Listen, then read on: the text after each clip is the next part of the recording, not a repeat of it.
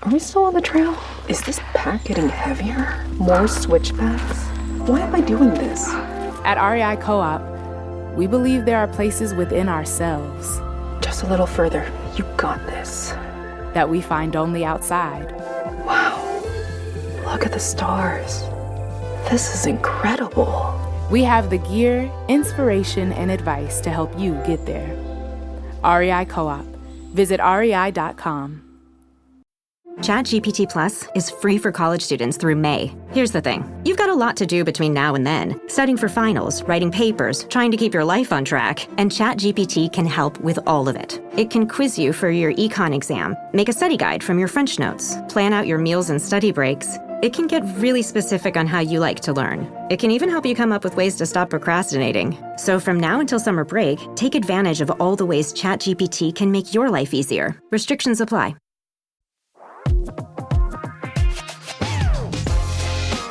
Welcome to 4.0 to Pro, the pickleball podcast that focuses on a single shot, tip, or strategy to improve your pickleball game with every single pocket-sized episode.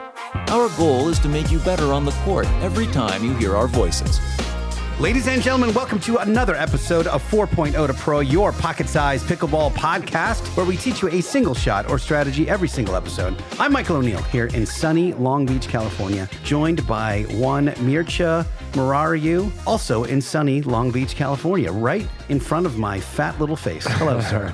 Yes, sir. It's a joy to be here. I always love the California weather whenever I step off the plane. And then I get in the 405 and then I realize it's a no-go for me. That's right. So I love visiting. It's a pleasure to be here. Full-on professional warrior status is that you flew in, you got a rental car, you came directly here to record this very pod. Exactly. That was my primary goal today, was to get here as soon as possible so we could excitedly knock out a pod here. We couldn't coordinate last weekend. You were busy competing in the APP in Cincinnati. And I remember you were like, oh, it's kind of a bummer. I got a couple of silvers. And I'm like, everyone listening to the show would be so thrilled winning a couple of senior pro silvers. So congratulations, even though you didn't have the gold. Thank you very much. I had great partners and we had a lot of fun battling out there. My goals are always high for myself and I got to give myself some grace at times, but I'm my own worst critic, believe me. I don't know if you guys have noticed, but we have been methodically going through pretty much the entire catalog of our show. The game has evolved a lot in the last couple of years as we've started this pod. And then, of course, Mircea has his own take on how he approaches the game. So we've just been replacing each episode as we go. The next two, including this one, I think are critical episodes for just becoming more aware of our roles and responsibilities on the court. So this particular episode, we're going to talk about what to do as a right side player. And then the next episode, we're going to talk about what to do as a left side player. Because as you get further up the timeline, I suppose, the more those roles are defined, meaning you walk into a tournament and you're going to be on the right and your partner is going to be on the left. Yeah, there are definitely some patterns that emerge as you are on each side, and there's things that you see differently and you're able to attack in different ways and create different thinking patterns that set you and your partner up for offense and obviously winning points, which is the goal. I do want to emphasize, though, that these are just general guidelines and general principles that we're talking about, and ideally, you want to be comfortable on both sides because I think you are going to be your most effective player, your most effective self out there, and your best version of yourself when you're able to play both sides. And being good or realizing what the patterns are or how to set things up on one side will also help you on the other because you start to see what your partner is doing and you get an idea of what you'd like your partner to do. And that's one of the things that's really underutilized is communication with your partner saying, hey, it helps me when you dink there because I get X ball, or it helps me when you speed up there because I know what's coming. I think that's really underutilized, and I think that's an important part of communication is trying to help your partner help you. So let me help you. Help me, help you. Exactly. I've been asking a partner, if it's new, what do you like? What do you prefer in a partner? How do you best sync with a partner? Because ultimately, especially if you're playing mixed, they've played with a number of different people, and sometimes the chemistry is great, and sometimes the chemistry is not. And you can have two fantastic 5.5 duper players on court. But if the chemistry doesn't work, they go down in flames quickly. Like we've all lost to people not as good as us. And you're going, how is this possible? And it's because the chemistry's not really there. This just happened to me last Friday. We got 4 senior pros from the area. One of the guys that I played with for a few years, I think we would rattle some cages on the senior pro tour. He's a very good aggressive player, but we've never had the perfect chemistry on court together. I asked him if he wanted to play the Newport APP, and he said, man, I don't know, because he feels the same way. It's not about our skill set, but there's just something about how we play. And I said, why don't we do this? I'm going to play right side for today. We're just going to see how it goes. And I was able to take my ego and put it aside, because I think we all want to be the dominating left side player who's doing all the work and getting all the glory. But that right side player is so important to set the left side player up in a lot of ways, but also kind of hold down the fort of consistency and be a reliable source on that right side. You brought up the chemistry component of it, and it's also a skill component of it. There's some people that have skills that are much better suited for one side or the other, whether it's mobility, whether it's a backhand counter on one side, whether they can see the ball better on one side or the other. And it's come up a lot in my partnerships over the last several years. I started off playing with Dan Granat, who's a lefty, so obviously I was on the left side for the bulk of that time, for the bulk of the first year, really, that I was playing senior pro. Then the next year, I was playing with John Sperling, and he was a master at manipulating points on the left side, and he was much more comfortable on the left. So I was on the right pretty much the entire time. And I feel that really helped round out my game, and now I feel I can comfortably play both sides. And I think that's something that everyone should aspire to. One of the things it does as well is it completely simplifies the game for you. It changes your level of responsibilities when you don't have to be adept at each side. Here's what I'm supposed to do as a right side player. It's actually very interesting right now. The Veolia Atlanta 2025 Open, the PPA event, is happening as we're recording the show. And there's a couple of brand new partnerships, including Annalie Waters and Anna Bright. And they're doing things that you very rarely see at the highest level of the pros, which is they're playing straight up. They're playing left side, right side, and they're just doing it so they can feel out who's got the better vibe on that side and what sort of chemistry there is. And I think that is more akin to what we experience on the rec courts all the time, where we're switching back and forth. Yeah, and I think this is going to be more of a pattern going forward with the hot paddles and how the drives are becoming, third shot drives are becoming much more prevalent in the pro game. Sometimes it's difficult to unwind a stack or to switch sides to your preferred side.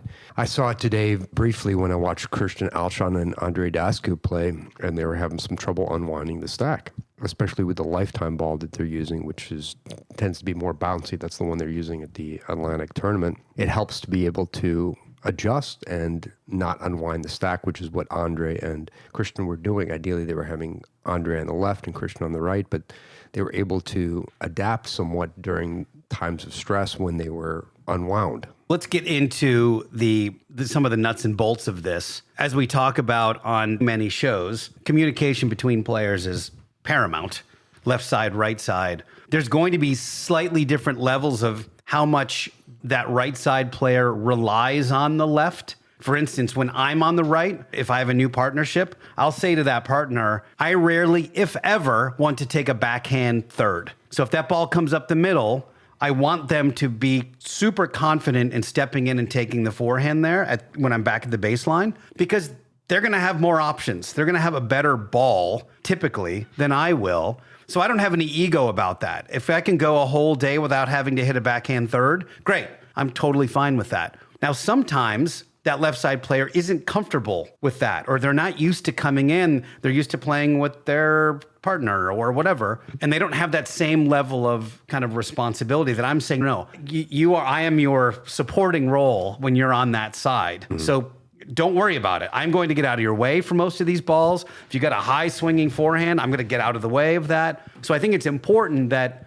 you not only establish what your particular boundaries are, but you might have if I'm playing with Anna Bright, I'm going to give her that two-handed backhand in the middle, or Connor Garnett or something like that. They may not have that same idea as I do, where I don't want to take that ball. You really expressed the most important part of it was communication, who's taking which balls. So as a right side player, when you're serving, It's obviously most commonly the left side player's responsibility to take the third because a lot of the balls are going to funnel in the middle. Generally, the right side player will have that backhand because they're right-handed. And so it's an inside-out drop, or it's just a less comfortable drop. Most people prefer their forehands, so that's a general rule. One of the things that we've talked about is the pre-serve positioning. So if you're the right side player and you want to hit a forehand, then just tell the left side player, okay, I'm going to stand next to the midline and everything to my left you take. And if the ball goes to my right, I'll have a forehand. So that way you can determine what your preferred wing is when you take that third. But yes, you generally do not want to be hitting inside out backhands unless you have a skill set that really leads to that being a consistent ball where you are getting up to the kitchen. Yeah, and understanding that it's their role and you are their supporting cast when you're over there. I think sometimes when I have someone, if I'm on the left and I'll say, do you want me to take the forehand third? And someone inevitably says, my backhand's just as good as my forehand. And I think, no, it's not. It's totally not. Percentage-wise, if we're looking at a higher level pickleball game, and maybe it is, but I bet you I can count on one hand the number of times that person's backhand has been as good and as accurate and as light and targeted as their forehand. Let's use an example from the pro level. Connor Garnett has one of the best backhands. He has an excellent two-handed backhand.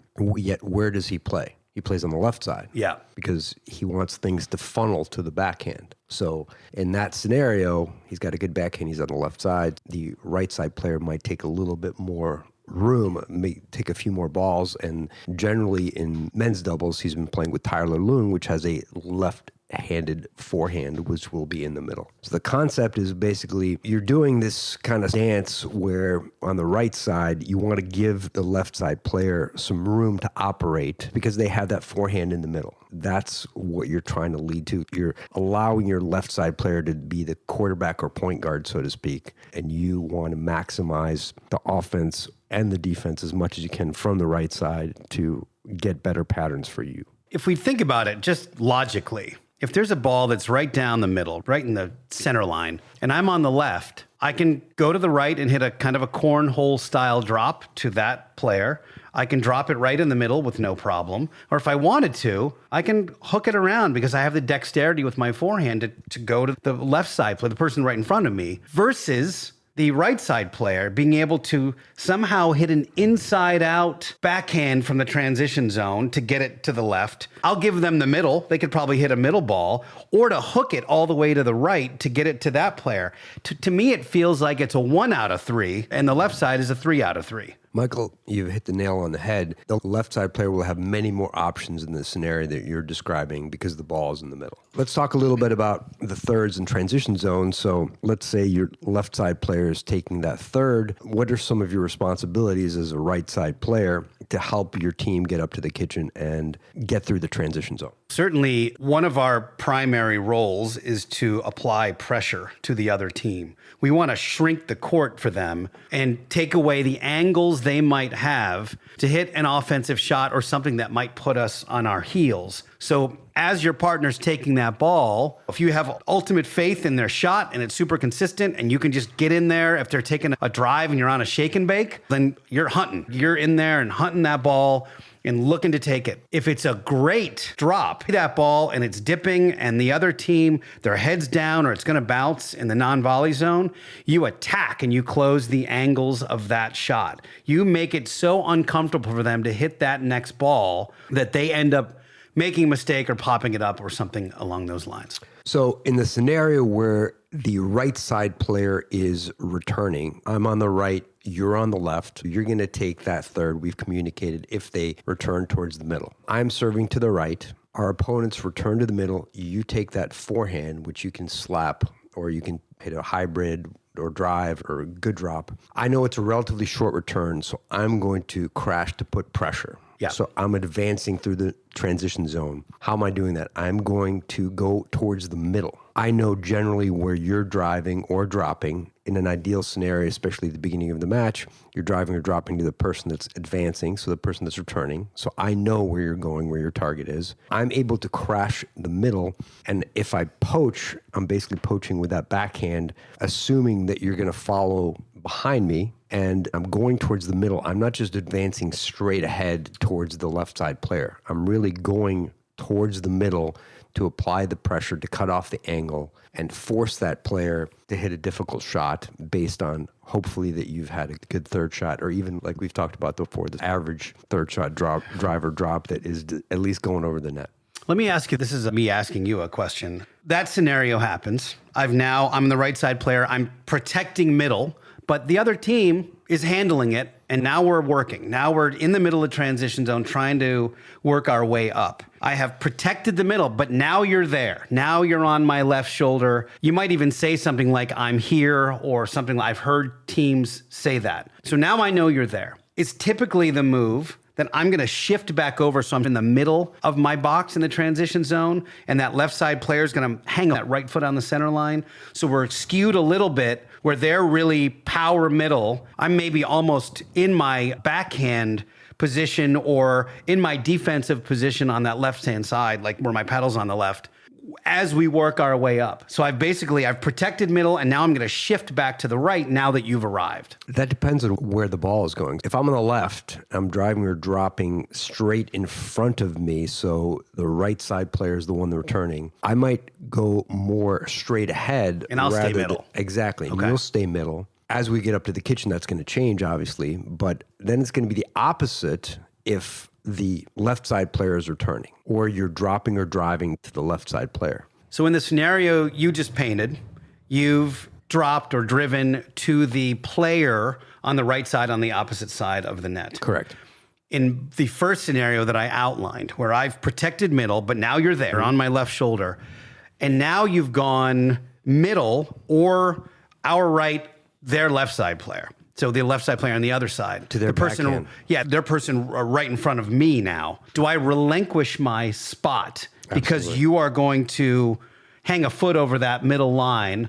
And as the right side player, do I start arming myself for backhand shield and that person's right in front of me, whether they're dead in the middle of the court or literally directly right in front of me. So I have to start protecting that a little bit more. Yes, if you're on the right side and I'm dropping or resetting to the left, then I'm going to be responsible for that middle ball. So the next ball that comes. This is one really important concept. When you are on the right side, whether you're coming up through the transition zone or you're up at the kitchen and there's a dinking pattern, what you don't want to do as a right side player is be reaching with your backhand or be off balance or hit a incredibly defensive out of position shot when ideally the left side player is going to be there with their forehand as they should be. This is what happened when we were on court, specifically. Exactly. And Yeah. people remember one thing from this right and left discussion of this entire episode. I think it should be that. Yeah. That if you are taking the ball on the right side, you should be comfortable doing so, and you should not be off balance, with the exception of your partner has been taken completely off the court and you know that there's no way that they're covering. They've been pulled out cross court and they're hitting a backhand way on the left side or at the sideline. Then obviously you need to shift with them and try to cover the court. But in an ideal scenario where the ball is relatively in the middle, you want the left side player to be covering that middle. This most often happens when the left side player on the other side is dinking, let's say you're on the left, is dinking to you. So there's a cross-court dinking pattern happening, typically backhand to backhand.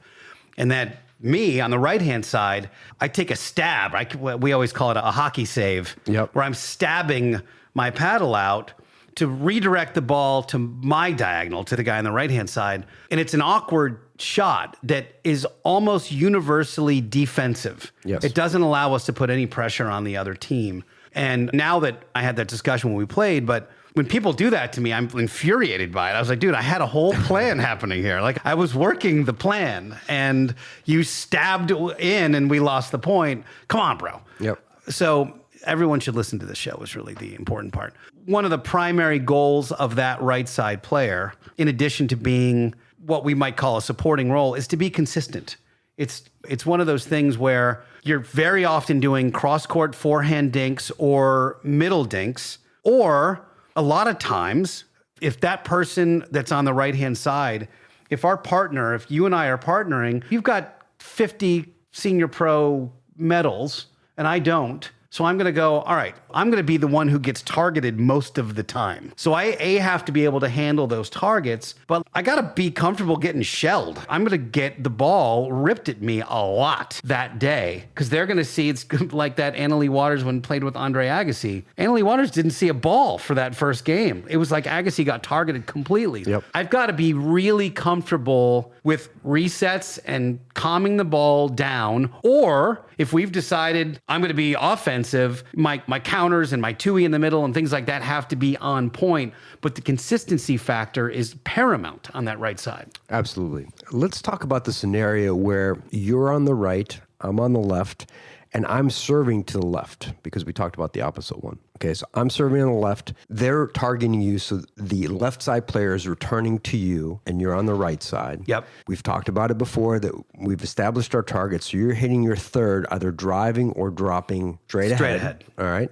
I would like to put some pressure as a left side player, assuming there's a relatively short return or I know where you're hitting the ball, so I can scooch up towards the middle. Now they've hit you a fifth. I'm in the transition zone. You're getting a relatively comfortable fifth. What are the options in terms of your fifth that you think would be most beneficial? If I try to drop diagonally to the person that would be playing right side on the other side, and I don't do it well, I'm dropping to their forehand, you're totally screwed because you're coming up and you're in the middle, and now they've got a ball they can easily redirect behind you as you're coming up. Exactly. And it's the higher part of the net. Yeah. So that I would like to nix. If I drop middle, okay, then I've got a spot where you're prepared and you're balanced to hit that ball. And if I have an easy ball where I can drop middle, it still feels like a lower percentage shot where I really have to perfectly nail because it's directly ahead. I've got to go the higher part of the net, and I don't have a lot of leeway in terms of my diagonals there. So it has to be literally a perfect ball. But even then, if it's a perfect ball, it feels like it's going to be a dead dink and they're going to be able to do something with it. So for me, I think in that particular scenario of the fifth, that my safest spot is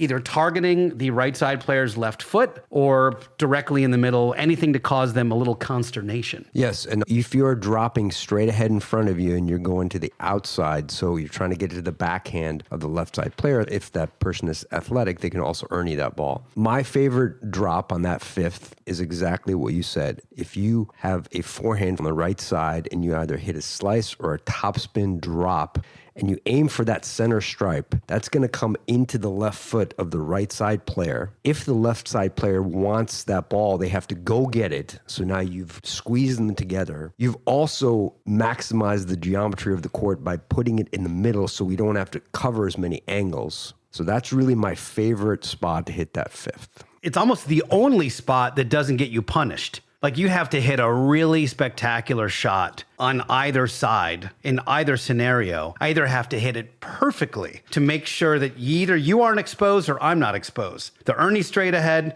the Ernie's on the left, the high volley behind you is on the left. It's almost the only shot to hit in this particular scenario. Exactly. And the more you hit statistically beneficial shots, the better your patterns, the more points you win, and that leads to more matches, especially on big points. The game has changed so much over the last couple of years. There were very defined right side, left side roles. And very often the right side player was still and defensive, and the balls were coming into them, and all they were trying to do is put it back in play because that left side player was going to make some hay and do something with that. Yep. Now we've got partnerships where, wait a second, that right side player has got a lot of game. They've got an unbelievable flick, or they've got a two-y in the middle. You see it a ton on the women's game, where you've got Anna Bright or Annalie Waters. I don't know which one. It's Sophie's choice to figure out which backhand you'd want to least face of those two. So now you've got these players that are very offensive, and the ability for one of the two players to speed up to that player right in front of the right side player and them to be ready for the counter and be offensive is way higher now than it was a couple of years ago. So how do you, as a senior pro, when you're determining who's going to do what, how do you guys determine if you're going to be still or if you're going to be offensive in this particular scenario? The simplest answer depends on the shot. So if someone is dinking aggressively and I don't have a good speed up available, then I'm going to just try to dink back to a spot that's either safe to get back to neutral, or I'm trying to get myself a offensive dink by getting a dead dink or something right in front of me that I can attack. And I'm also telling the left side player what my target is, whether I'm going body or right hip or down the line to stretch them. And usually it's a speed up off the bounce on your forehand side when you're the right-handed right side player. That's really the optimal offense that you're going to generate. Everyone knows that if you get a high volley when you're up at the kitchen line, you're going to try to do something with it. So we all know that. When you have a ball that's in the air that's semi-attackable, or you could either dink or attack it, if it's at your waist level or say at your quad level or knee level, you can still attack those if you're hitting the right spots. And when you step back to dink, you sometimes want to give the left side player a little bit more room. So you see a lot of right side players stepping back a little bit. The classic example is Colin Johns when he was playing with Ben. Now it's a specific skill set that they each have. Colin was clearly more of a defensive player, and he was incredible at defense and also had incredible consistency. That's what Ben wanted him to do, was basically keep them in points and allow Ben to eventually get a forehand and start to take control of the points. The casualness in which he would reset the ball when someone would drill it at him 80 miles an hour, and he would just stick his paddle out and not even move, and it would just bounce softly back into the Exactly. It was amazing. But he also would step back to dink, and so that would allow Ben to take some more of those balls in the middle, and the ones that we talked about that were heading towards Colin's left foot, especially from the opposing left side player, he would allow Ben to take those in the middle. And that's the kind of the classic right-left traditional thinking or traditional pattern. Now there are many players that have an expanded skill set and are much more active. And what we want to do, we've talked about this on the dinking show, we want to make dinking active in terms of your positioning between the balls. So when you're hitting the ball, you're still and you're balanced. Yet when you hit a good dink, and if you're on the right side, you get a good aggressive dink cross court, you want to step towards the middle to, quote, hunt, meaning try to get a ball in the air. If I hit a really good cross-court dink to my cross-court right side opponents right in between my feet, and I see that they're a little bit in trouble, I'm going to lean in, get in the middle, because my left side player will have to basically shift slightly to the left to be straight ahead of the right side player on the opposing side. So I'm going to be leaning more in the middle, and you see this with Gabe Tardio especially. He'll have that backhand in the middle, and he's looking for a flick, and he's going to take that flick. If he gets one in the air in the middle, he's going to take that backhand flick typically straight ahead of him into the left side player. So you're taking that backhand from the middle kind of to the midsection of the left side player to create a pop-up. Our mutual friend, David Wells, and we're just about to talk about his company here, Yobo. When we got on court together, we had a little bit of miscommunication where I was about ready to hit a forehand sitter, and he got in there and stabbed it with his backhand, and he said, my backhand flick is my best shot. That's true. It is his best shot. And okay. But that's a new partnership. But how would that best shot compare to someone's forehand in the middle being the put away shot? Like, how do you communicate that when you've got a Gabe Tardio who's got this tremendous backhand flick in terms of the division of labor? Typically, you want to leave the middle on soft, floaty balls to the left side player's forehand. That's usually what you want to do when you're on the right side. So the scenario that I was talking about was an aggressive dinking pattern where you're on the right side and you're dinking something cross court and you're pushing your opponent over, so your left side player might have to shift. If you have a hands battle where there's a pop-up in the middle, that's usually when you want the left side player to take that forehand, because they're going to have either an overhead or a high forehand volley. For the vast majority of people, that will be more optimal than your high backhand volley. That's the scenario that I'm talking about. And when the ball is going slow, when there's a pop-up in the middle, that's when you have the time to communicate that I'm going to take that ball. So you say mine as the left side player. So do you just fight with David on court then when you guys each try to take that floaty middle ball? I just tell him to basically sit in his 10% of the court on that side, and I will take the rest. And if he gets a backhand flick, then it's all Then good. you can have it as long as it's to your body. Guys, you realize that injuries are a massive part of pickleball, especially over the age of 40. And one of the most common injuries is either a low calf or an Achilles. People are tearing Achilles like it's their job. Thankfully, easily. Yobo can handle this. As part of the Backpack Plus, which we've been speaking about for the last few weeks, this is this wonderful kit. It comes in this mesh bag, and it comes with everything you need to warm your body up before you play pickleball. One of the products in this Backpack Plus are the Flex wedges. These are these kind of hard rubber wedges. We've all done this. If there's a curb around, you put your foot on the curb and you stretch your calf out a little bit, get some movement in there. These things are built in. You can just put them on the court and start stretching your calves, stretch your ankles, start getting some ankle movement. There's nothing worse than twisting your ankle on court, and that ends your day and really the next couple of weeks. So they really help you stretch and strengthen all of the key muscles from your calves to your Achilles to your feet to your ankles, and ensure a complete warm-up before you start playing, Mircea. Most people end up being limited by lower leg injuries. Yeah. That's one of the most common injuries in pickleball. And I know personally from my own experience, my injuries were a plantar fascia tear when I was playing squash and then a calf tear when I was playing pickleball. And this is the exact type of stretching equipment that you need are these wedges. They're just amazing. They're portable. They're very simple, yet effective. It's a lovely stretch, too. It's one of my favorite stretches. Get the old calf stretch going right there. Feels good. Gets the things moving right along. Guys, if you order your Backpack Plus today, you get 10% off. You just go to 402p.com/warmup. 402p.com/warmup. Grab your Backpack Plus, throw it in your bag, and be less injured in 2025. Get ready and rock on the court. So, Mircea, I had a wonderful lesson the other day with a fellow named Derek Shearer, who's one of the coaches at Los Cab. Fabulous player, guy came from tennis. When I saw his hands months ago, I'm like, when it's time for me to start working on my hands, he's going to be my guy. This is the guy I want to talk to. I said, one of the things I really want to work on today is my counters. I think as you move up the duper ladder, the firefights become more and more important. And being prepared for a speed up, especially to the body, is something that I wanted to be better at. And man, I'll tell you, he gave me a couple of fantastic tips. One of which was that when the ball was directly in front of me, I wasn't sitting backhand. I was holding my paddle out straight perpendicular to my body, right out in front. And the majority of the balls I was going to be getting were going to be body, because that's what we teach all the time. Go body. Hit him in the chest. And I always wondered why Matt Wright was so great at those counters. And then watching a few of his points, I'm like, oh, he's sitting backhand when it's right in front of him. So I think a really monumental moment in our lesson is, oh my God, I need to sit backhand until they recognize it and start picking on my chicken wing or start going to my right shoulder where I can't defend it. But let them do it first. Otherwise, I'm sitting backhand and now I'm way better at counters. The other one, and then I swear I'll let you talk. The other one was that I was reaching all the way out in front of me, and that put all of the onus of the flick on my wrist instead of the elbow. So I tucked my paddle a little more into my body, and now when the ball was fired at me, not only was I ready because I was in that backhand position, but man, it came back juicy, dude. It came back juicy quickly because I had a little bit of room to actually move my paddle.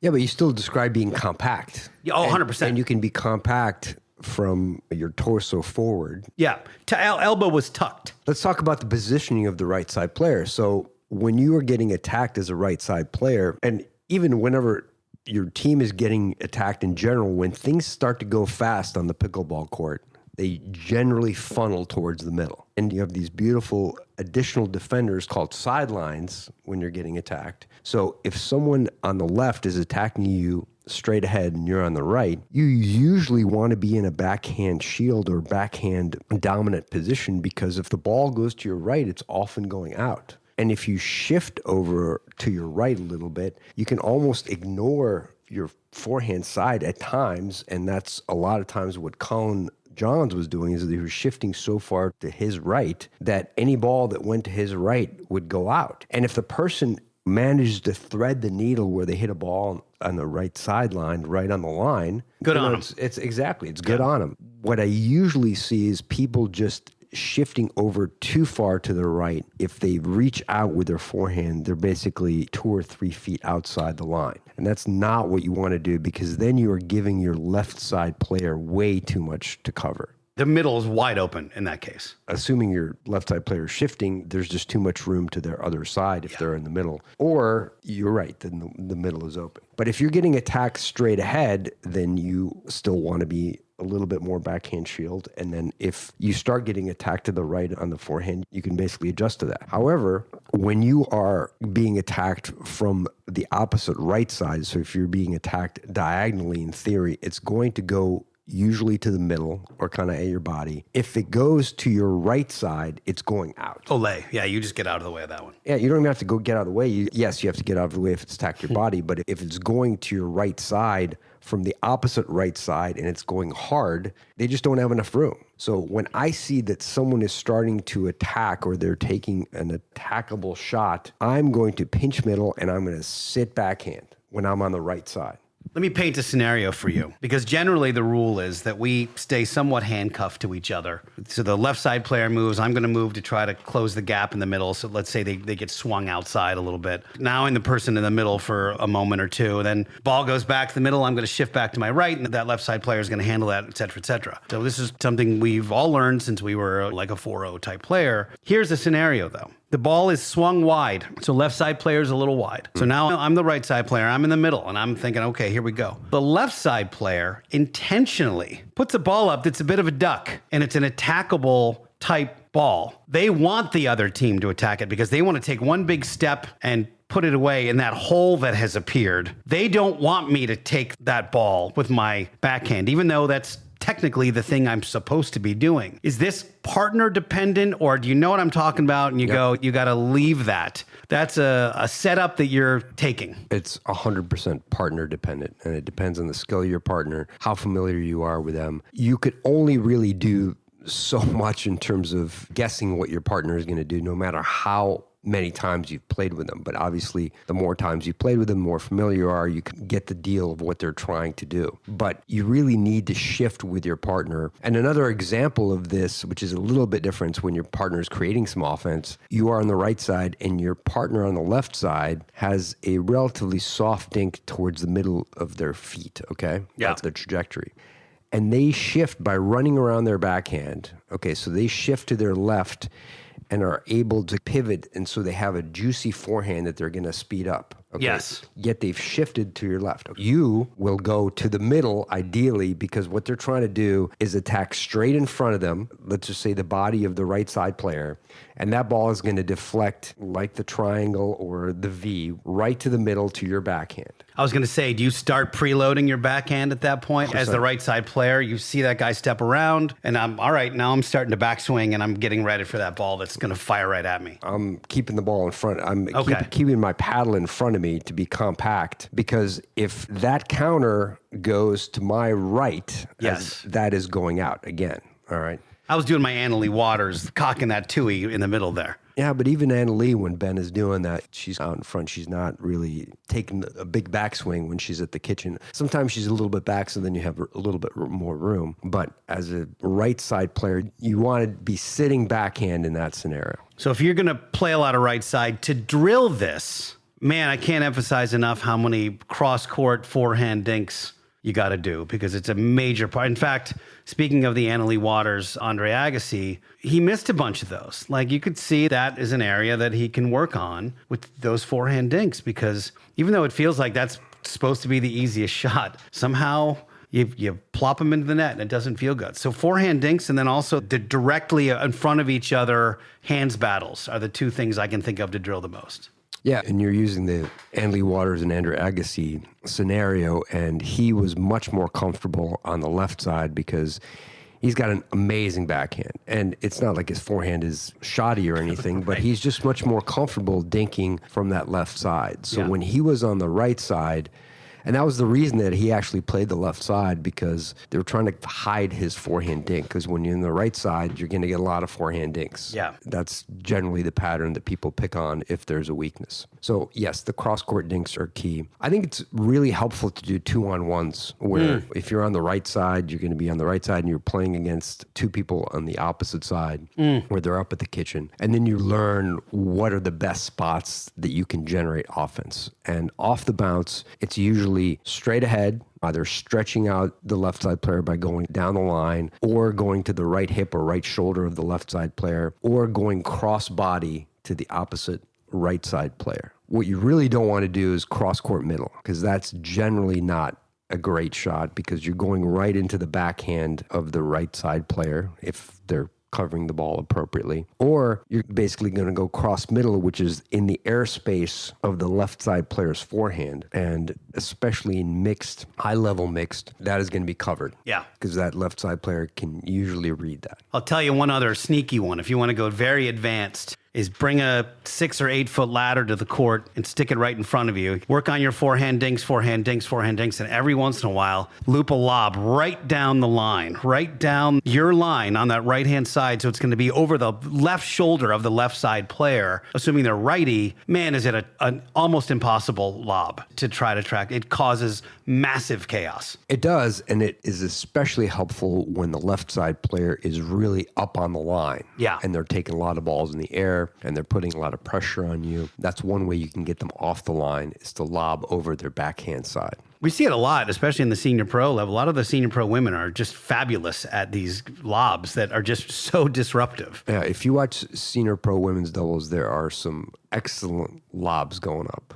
All right, folks, so that is right side play, and we'll focus the next episode on the left side play. As always, if you guys are looking for a new pickleball paddle, Carbon Pickleball has your paddle. That is the 402p at checkout at carbonpickleball.com, 402p at checkout at carbonpickleball.com. I'm looking forward to sharing some excellent Carbon goodies. Holy moly. During our camp. That's going to be a little sneak peek there for those who are coming to the camp. That we're going to have They were very generous. Yes, correct. We're going to have quite a bag of goodies. All right, guys, next show is on left side player. As always, thanks for listening. You guys keep on rocking. Enjoy the courts. We'll see you next time. Thank you for listening to 4.0 to Pro. For more tips, find us on Instagram at 4.0 to Pro. If you have a pickleball question, submit it at picklehelp.com. Now, get out there and dominate. But don't forget to have fun.